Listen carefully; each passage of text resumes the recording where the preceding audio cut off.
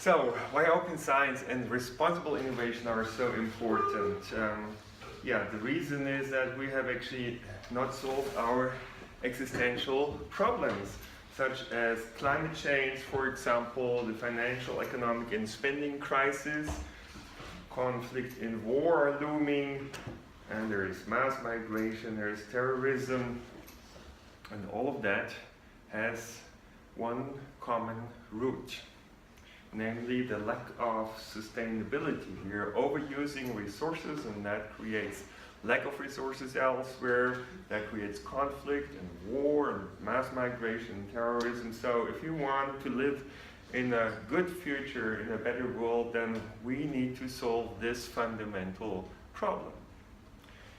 In fact, we know about that already for some time. The Club of Rome came up with this study, Limit to Growth, and it was shocking because it was implying that no matter what simulation parameters were used, it always ended with the collapse of the economy and the world population, right? So a lot of people would die eventually, and nobody wanted to hear this. Bill Clinton commissioned an independent report. It was called Global 2000, but it came to very similar results, and then nobody wanted to talk about that publicly because it's so terrible.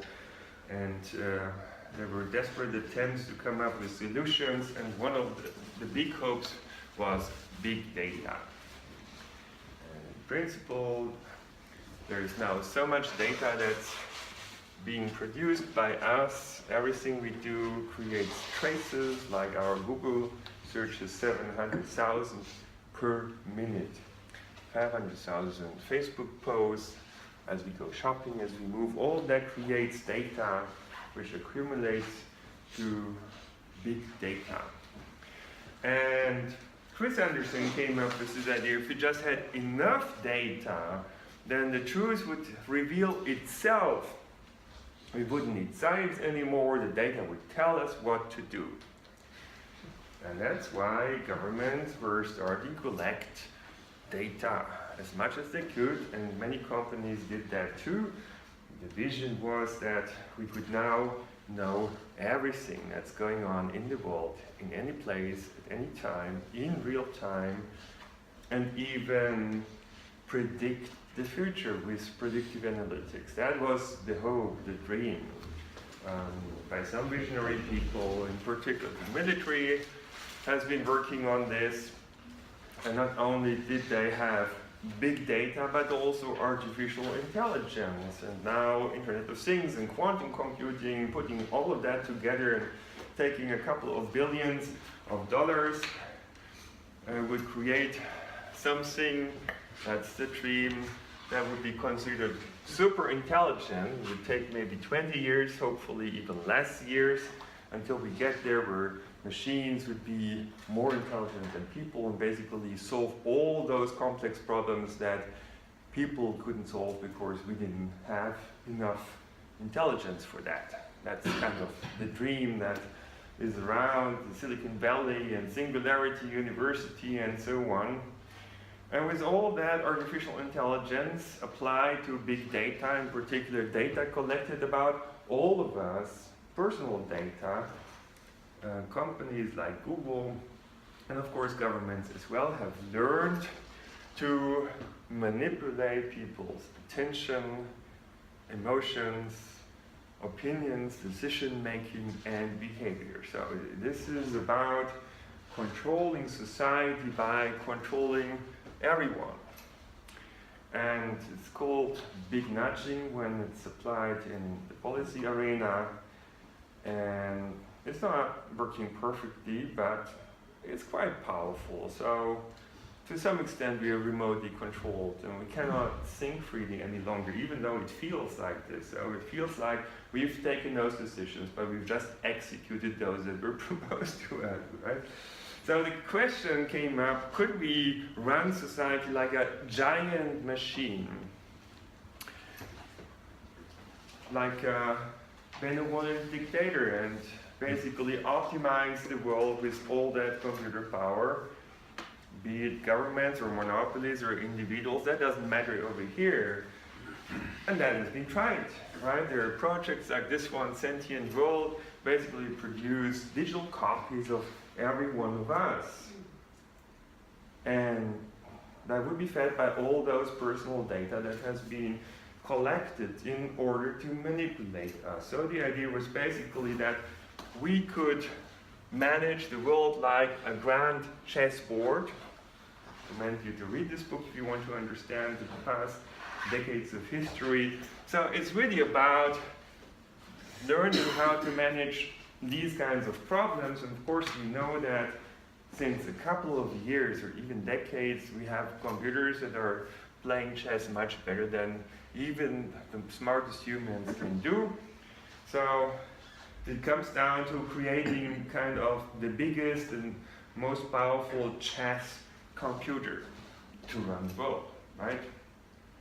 So there will be a big competition between the United States and China and Japan and South Korea and Europe, basically to produce the biggest computer to do this, but it hasn't worked out. So this chessboard is broken. Brzezinski himself had to give up on this vision, and it's broken because of complexity. The world is not a simple chessboard.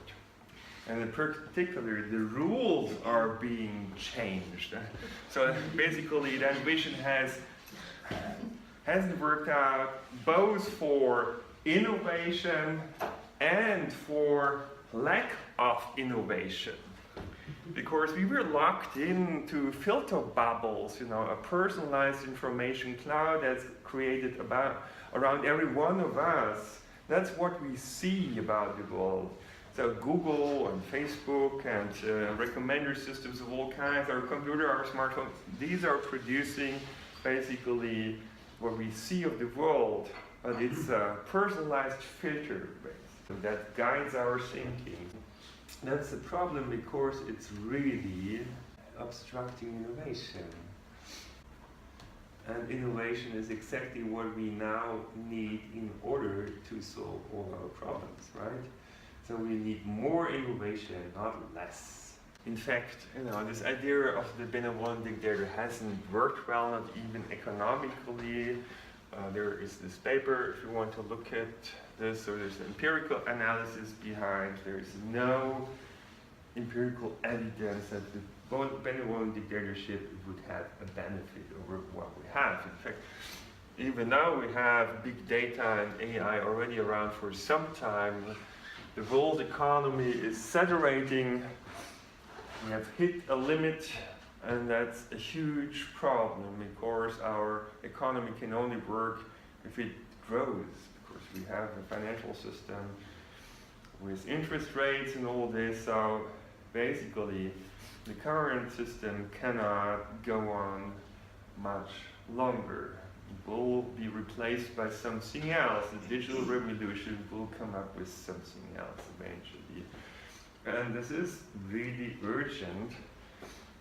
Not even have all those big IT nations managed to create paradise on earth as they always promise. That means not even a single of the top 10 most livable cities in the world are located in big IT nations. So obviously, even though we have the best technology ever and more data than ever, and that's fine, we haven't learned yet how to use it well. That's the issue. So we need to change our way of thinking.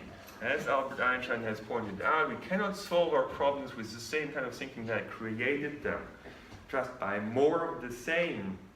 More data, more power. No, that's not helping. And in fact, there are many people who are now understanding that change is needed, and that's why this open letter on the digital economy was published and has been signed by thousands of people. I recommend you to look at it.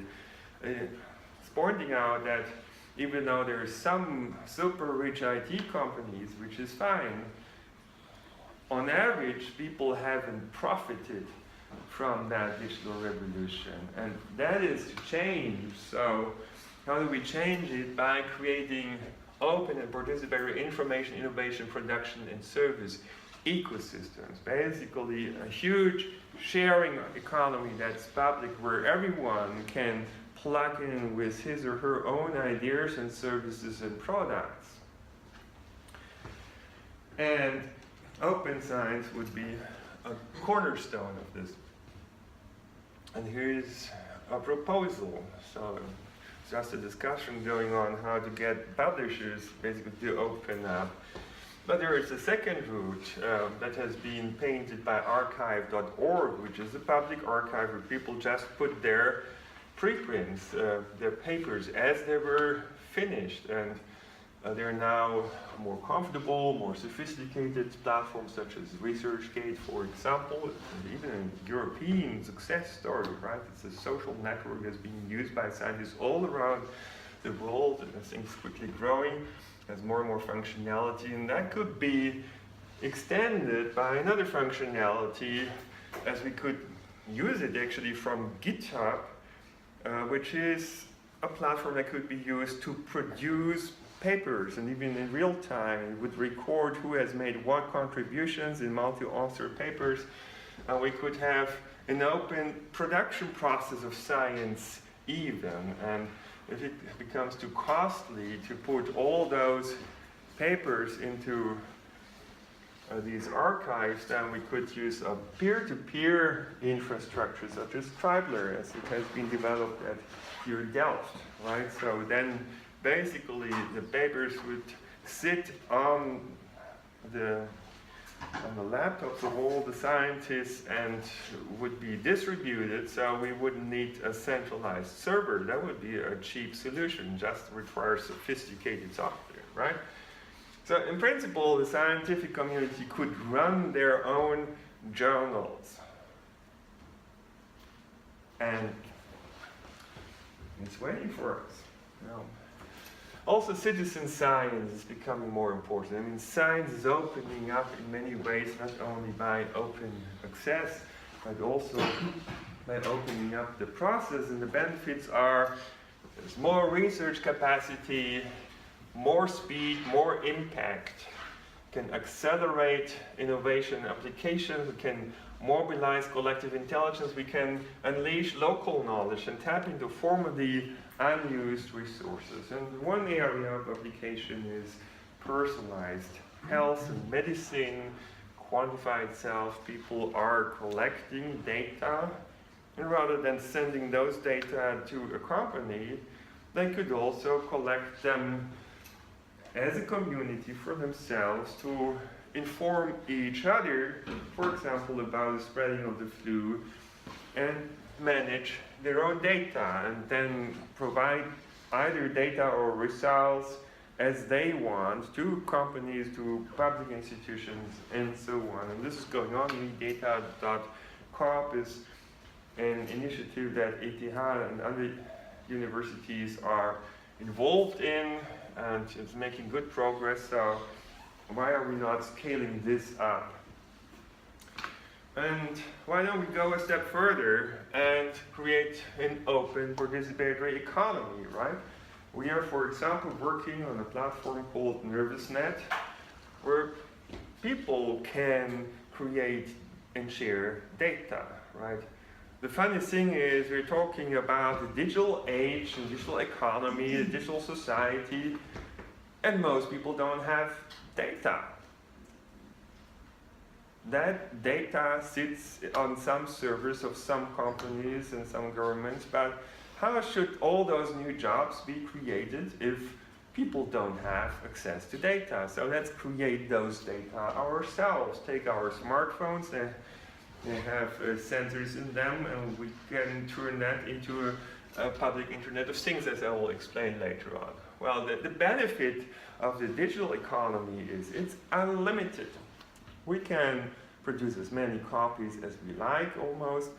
We can use data in trillions of ways, come up with unlimited amounts of products and services in principle. It's very different from material resources. We don't need to have conflict over digital resources if we organize the framework well. And that is really an amazing chance for humanity. if we don't manage data like material resources and limit them artificially. So the point is really to go from this old, outdated paradigm of power to empowerment. That means to create new opportunities for everyone. Because if we had platforms that help people to be more creative, more innovative, take better decisions because they're better informed, it's more easy to coordinate, to collaborate and all this, that will create better products, more successful businesses, nicer cities, smarter societies. So that would be the right approach, right? And we could make really an essential contribution to this. So the point is really, rather than telling everyone what exactly to do, to unleash combinatorial innovation. Lego is a good example to show how much you can do if you allow for combinatorial innovation. That requires interoperability, it requires co-creation, and it requires freedom. Freedom of thinking, freedom for creativity and innovation, and it requires also diversity. We know that the most diverse economies are the most successful ones.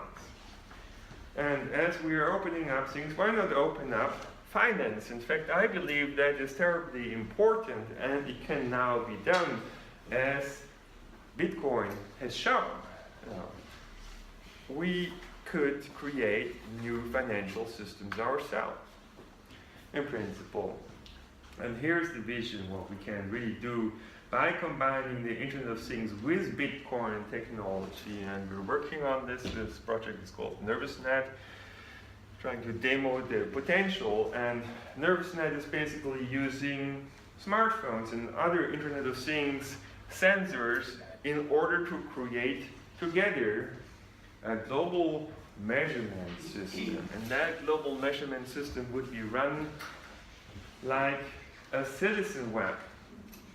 And this citizen web could be used to measure noise and stress and all sorts of externalities like CO2, if we have the right sensors, emissions, poisons, garbage, unemployment, all those things that we don't like to happen, they would get the prize.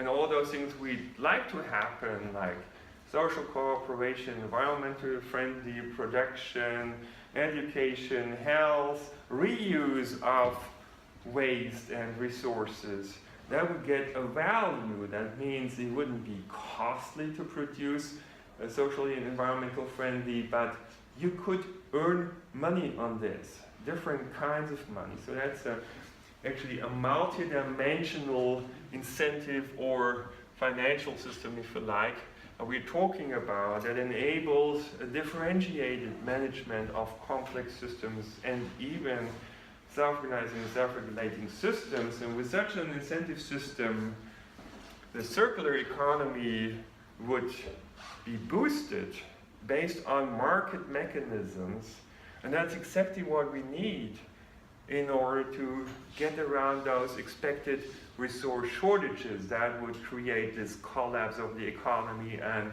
the world population, create war and all sorts of bad scenarios. So this is the way out. And now we know how to build it. The technology is here in the meantime. And why not open up governance as well in order to unleash the power of collective intelligence? Because nobody, I'm afraid, is smart enough to understand the complexity of the entire world by himself or herself, and even computer systems, no matter how big.